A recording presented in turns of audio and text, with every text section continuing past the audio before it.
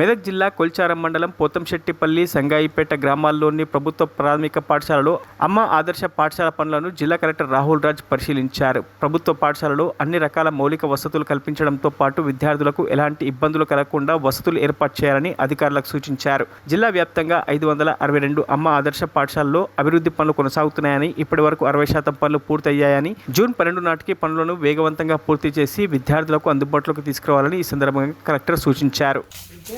చాలా మటుకు టాయిలెట్స్ ఇల్లు అవుతుంది కదా గతంలో నిమ్మలంగా అని తీసేసి పెద్దగా ఉంటే కరెక్ట్ చూసుకోవాలి. ఏళ్ళు